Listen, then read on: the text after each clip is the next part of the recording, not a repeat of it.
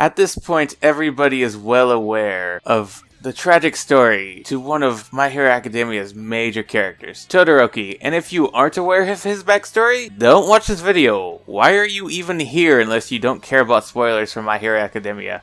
Which if you don't, well, this is a spoiler warning anyway. You have been warned, as have you anime viewers, because I am going deep into the manga for spoilers. So you have until 3, 2, 1... Todoroki suffered abuse at the hands of both his parents, both physical and emotional. His father would often beat him to the point of exhaustion while sparring with him, and would show him no sympathy, only wanting him to one day surpass All Might. Anything else was secondary. His mother was a more caring woman until one day she just snapped and poured a pot of boiling water on the left side of his face, calling it hideous. This gave Todoroki 2 scars. One is obvious, the physical burn around his left eye that's gonna be there forever. But there was one more, a deep emotional scar, that his fireside was hideous. This, along with his father's pressure on him, caused him to stop using his fire powers and to only use his mother's ice quirk. One, because he wants to stick it to his old man and show that he doesn't need his fire quirk that he got from him. And two, because that scar that his mother left, that his fireside just is hideous. Unfortunately for him, this often put him at physical risk, and it's only because of Deku's intervention that he stops on his path of self-destruction. And what was a very beautiful character moment that displayed everything My Hero Academia does right, even showing afterward that Todoroki isn't completely over the damage his parents did to him. Hiroaka's author did a wonderful job constructing Todoroki's backstory, as well as Iri's from later in the manga, and using it to show us why Todoroki is the way that he is, and for that the author should be applauded. But that's not what this video is about.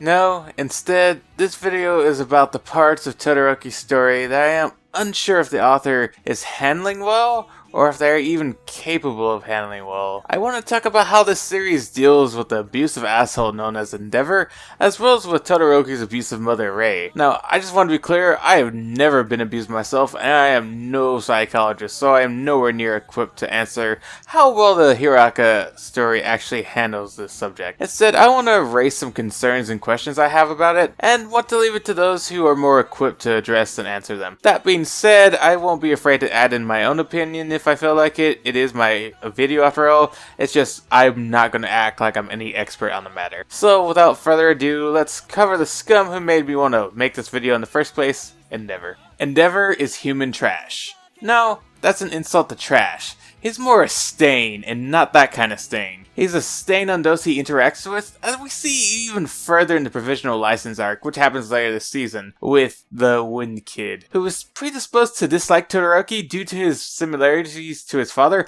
as well as the fact that he mimics his father's exact actions towards the kid. One action was all it took to leave a stain on this kid's memory, and all he did was snub him. Endeavor is also a massive stain on the heroes, as his actions call into question how he could remotely be called a hero, let alone number 1 or 2, and let's not forget the stain he's left on Todoroki and his mother. His actions left both them more broken people, and he could have cared less. He actually committed domestic abuse against Rei and drove her to scald Todoroki with the scorching hot water. So what are the consequences for someone this awful? Is he exposed and forced to resign from the heroes in disgrace? Does he finally go full villain? Which he bizarrely seems predisposed not to do despite how awful he is? Are there any consequences for him at all? Nope.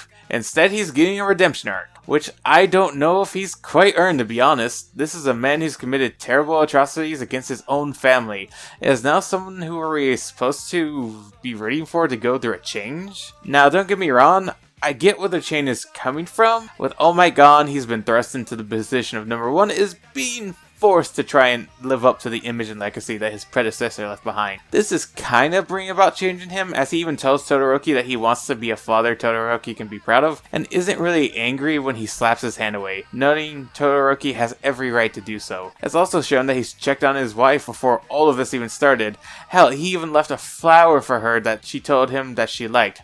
One time, several years ago. This showed that he actually did pay attention to Rei. All this comes together to show that Endeavor does seem to be going through a change. But does he deserve to when he's never faced consequences for his actions? No one besides Endeavor, his family, and Deku knows what he did, so he really faces no public ridicule for his actions. And does he even really feel that guilty about them? We haven't really seen him express any guilt, at least not as far as I can remember. Oh yeah, he's also the #1 hero and is trying to be the symbol everybody can look to. But considering what he's done, does he really deserve that? I'm not saying I'm not up for an Endeavor redemption arc, I'm just wondering if it's being handled well. Hell, the thing that motivated me the most to make this video was the thing that bothered me the most. In chapter 187 of the manga, Rei's other children visit her at the mental ward, and her son brings up Endeavor's actions. When he suggests that Endeavor's trying to leave them all behind, she tells him that he's wrong. She brings up the flower that he brought her, and how she had only told him about it once, but he still remembered. She also brings up how he looks to see her on many occasions. She suggests that there is a possible change going on in Endeavor's heart and that he hasn't left him behind. She does do all of this with a rather melancholic look on her face. She's suggesting that she's not sure how to process this all, which I like. It shows that she's noticing all of this, but doesn't necessarily think of him in a positive light yet. Hell, she's still too afraid to see him. I can't imagine why. Oh no, it's a decent scene that fleshes out Endeavor's beyond complicated relationship with his family, but I worry about the structure. Having a child point out how awful one of the parents treats the other, and then having that same parent refute what, at least part of what that child is saying, makes me a little uncomfortable. It, along with Endeavor giving Rei the flower, reminds me a little too much of being wife syndrome. It's not completely the same thing, but it's a little too close for comfort, and makes me worried that the author is going to stumble his way into something that is completely the same. He did make Mineta after all. Still, I'm not entirely sure if this scene is good or bad, and I guess we'll just have to wait and see when Endeavor's redemption arc completes. Now this is where you're probably thinking I'm going to start wrapping up. Or not, because I did say I would talk about someone else in the second paragraph of this script if you were paying attention, but hey, if you thought I was actually already talking about them, you're in for a surprise. Because the handling of Endeavor's abusive behavior isn't the only thing that concerns me. In fact, the other issue might concern me more. I honestly am not sure how well Rei's abuse of Todoroki has been handled, and for a lot of the same reasons as Endeavor's story. I worry that she's getting off a little too easy. Sure, Endeavor's the one who broke her down to the point that she did what she did, but that's actually my point. She did what she did.